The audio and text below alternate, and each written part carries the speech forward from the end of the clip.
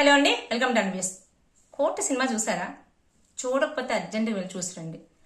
ఇది cinema review అయితే కాదండి. నేను నిన్న ఈ సినిమా చూసాను. చూసిన తర్వాత ఎంత నచ్చింది అంటే అసలు టూ గుడ్ మూవీ. సినిమా ఎవ్వరు మిస్ అవ్వకుండా చూడవలసిన సినిమా ఇది. సో ఇందులో నాని గారు తీసుకున్న స్టెప్ మాత్రం టూ గుడ్ అంటే హైలైట్. ఇప్పటి వరకు నాని గారు కొంచెం అటు ఇటు నచ్చిన వాళ్ళు కూడా ఈసారి మాత్రం పిచ్చగా నచ్చేస్తారు. సో అంత మంచి స్టెప్ తీసుకున్నారు. సో ఈ సినిమా అంతా కూడా ఒక చట్టం చుట్టూ, పోక్సో చట్టం చుట్టూనే తిరుగుతుంది.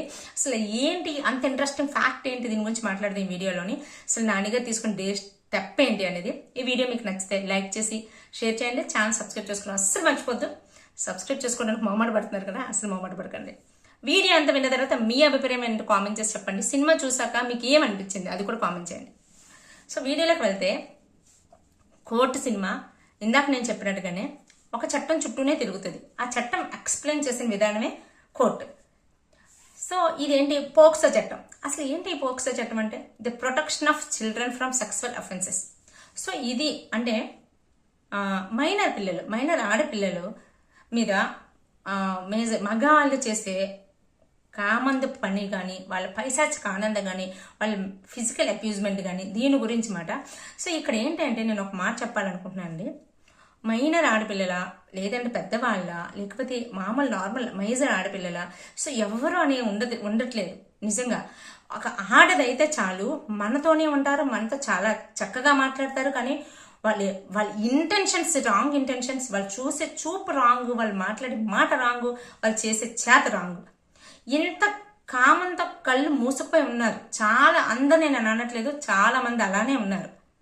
సో అలాంటప్పుడు ఒక మైనర్ ఆడపిల్లల మీద, అంటే వాళ్ళు చెప్పుకోలేని బాధలు, అసలు చెప్తే భయం, తప్పు చేసిన ఒకటైనా సరే శిక్ష అనిపించే వాళ్ళకి ఆ విషయం చెప్పాలంటే భయం, ఏం జరిగింది అనేది. దాని గురించి పెద్ద అంటే వాళ్ళ ఇళ్లలో ఉండే వాళ్ళే వాళ్ళ మీద సెక్సువల్ అబ్యూజ్ చేయడం కానీ, ఫిజికల్ అబ్యూజ్ చేయడం కానీ, లేదు అంటే వాళ్ళని ఫిజికల్గా వాళ్ళకి మెంటల్ హెరాస్మెంట్ చేయడం కానీ, ఇలాంటి ఏం చేసినా సరే మైనర్ ఆడపిల్ల మీద ఎటువంటి ఏం చేసినా సరే అవన్నీ కూడా మానభంగం చేసినట్టే వస్తుంది. సో ఆ శిక్షకి, ఆ మానభంగం కేసులో ఎటువంటి శిక్షలు పడతాయో ఆ శిక్షకి వీళ్ళందరూ అర్హులు. సో ఇది పోక్సో చట్టం అంటే. సో ఈ పోక్సో చట్టాన్ని వాడుకొని కొంతమంది, ఒక రాజకీయ నాయకులు అవ్వనివ్వండి, లాయర్స్ అవ్వనివ్వండి, పోలీస్ ఆఫీసర్స్ అవ్వనివ్వండి, సో ఇందులో కొంతమంది, అందరూ అనట్లేదు, కొంతమంది దీన్ని ఎలా మిస్యూటిలైజ్ చేస్తున్నారు అనేది ఈ సినిమాలో చెప్పారు. టూ గుడ్ అంటే టూ గుడ్. నేను ఎందుకు చెప్తానంటే, first of all cinema budget 10 కోట్లండి.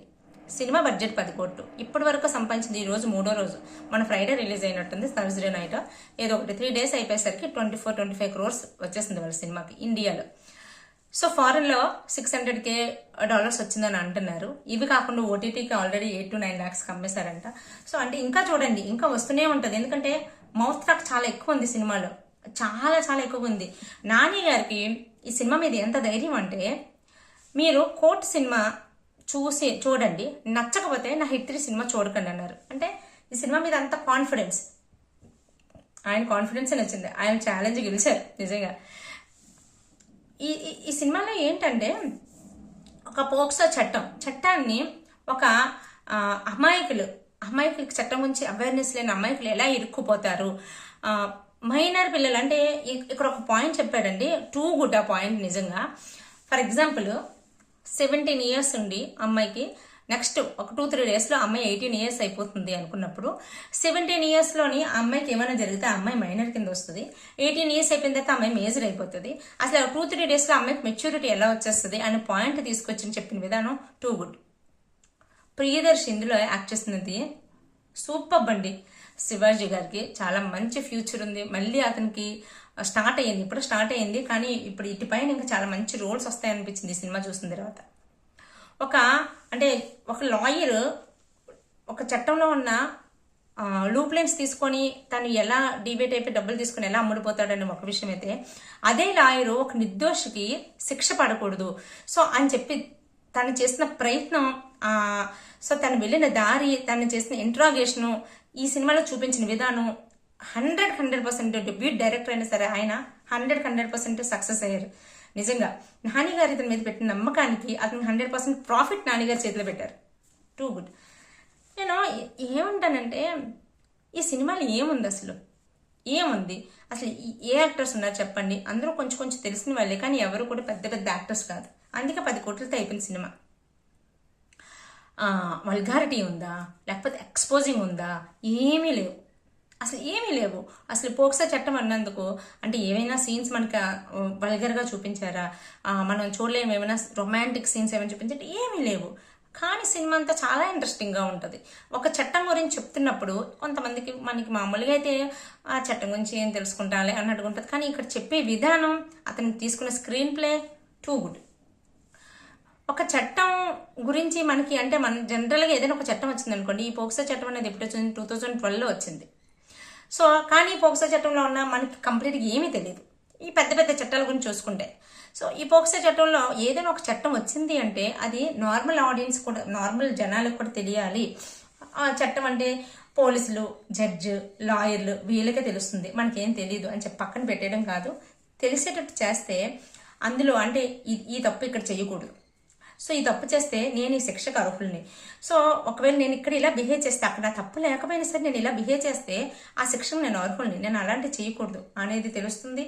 తర్వాత ఎవరైనా దాని లూప్ లైన్లో వాడుకున్నప్పుడు కూడా ఈ చట్టం అంటే ఇది కాదా, సో మీరు ఎందుకు ఇలా చేస్తున్నారు అనేది క్వశ్చన్ చేసే హక్కు వస్తుంది. సో మనకి అవేర్నెస్ వస్తుంది. సో దానికి ప్రతిదానికి కూడా ఒక చట్టం అమెండ్మెంట్ వచ్చిందంటే బుక్కుల్లో పరిమితం అయిపోయింది అనేది కాకుండా చట్టం అమెండ్మెంట్ వచ్చిందంటే దాన్ని ఇంట్రెస్టింగ్గా మనకి అర్థమయ్యేటట్టు చెప్తే అందులో ఆ చట్టాన్ని తీసుకురావడానికి అసలు చట్టాన్ని ఎందుకు తీసుకొచ్చారు అది అక్కడ సత్ఫలితం అవుతుంది. సో ఇది సినిమాలో మనకు చెప్పింది. ఒక మైనర్ అమ్మాయి అప్పటి వరకు 17 ఇయర్స్ దాటి జస్ట్ ఇంకొక 2-3 డేస్లో ఇంకొక 4-5 డేస్లో 18 ఇయర్స్ అయిపోతుంది అంటే ఈ 4-5 డేస్లో అమ్మాయికి మెచ్యూరిటీ ఎలా వచ్చేస్తుంది అని తీసిన పాయింట్ టూ గుడ్. సో ఇంకా ఒక అబ్బాయి ఈ సినిమాలో నేను జనరల్గా చెప్తున్నాను, ఈ సినిమా స్పాయిల్ చేయడానికి కాదు, మ్యాక్సిమం చాలా మంది చూసే ఉంటారు. ఒక అబ్బాయి ఇష్టపడ్డారు. ఒక అబ్బాయి ఇష్టపడినప్పుడు అమ్మాయి అంటే చూడండి, మనం చాలా ఈ మధ్యకాలంలో చూస్తుంది ఏంటంటే పరువు హత్య కేసులు, పరువు కోసం హత్యలు చేయడం, ఇలాంటివి ఇంటర్కాస్ట్ మ్యారేజెస్ గురించి హత్యలు చేస్తారు ఇలాంటివి. సో ఈ సినిమాలో కూడా ఇంటర్కాస్ట్ అబ్బాయి ఇష్టపడతారు. సో ఆ అబ్బాయి మీద చిన్న చూపు ఈ ఫ్యామిలీ ఉన్న సో అండ్ సో పర్సన్స్కి. సో దాని గురించి అబ్బాయిని ఎలా ఇరికించాలని చూస్తారు. ఆ అబ్బాయి మా అమ్మాయితో తిరగడం ఏంటి అని చెప్పి ఈయన ఒక సెక్షన్లో ఇరికిద్దాం అన్న టైంకి వాళ్ళ ఒక సిచ్యువేషన్లో అబ్బాయి కనిపిస్తారనమాట. సో మనం చూస్తున్న టైంకి ఇది జరిగింది, సో ఖచ్చితంగా వీడిని గట్టిగా ఇరికించవచ్చు అని చెప్పి విత్ ప్రూఫ్స్తోని అబ్బాయిని పోక్సో యాక్ట్ కింద సో ఆ అబ్బాయికి శిక్ష పడాలి, ఒక మైనర్ గర్ల్తో అబ్బాయి మిస్బిహేవ్ చేశాడు సో అని చెప్పి దానికి వాళ్ళు ఇది మాట స్టోరీ దీని చుట్టూ తిరుగుతుంది. సో దానికోసం అబ్బాయికి ఎలాగైనా శిక్ష పడాలని చూస్తారు. ఇక్కడ ఒకటే మాట,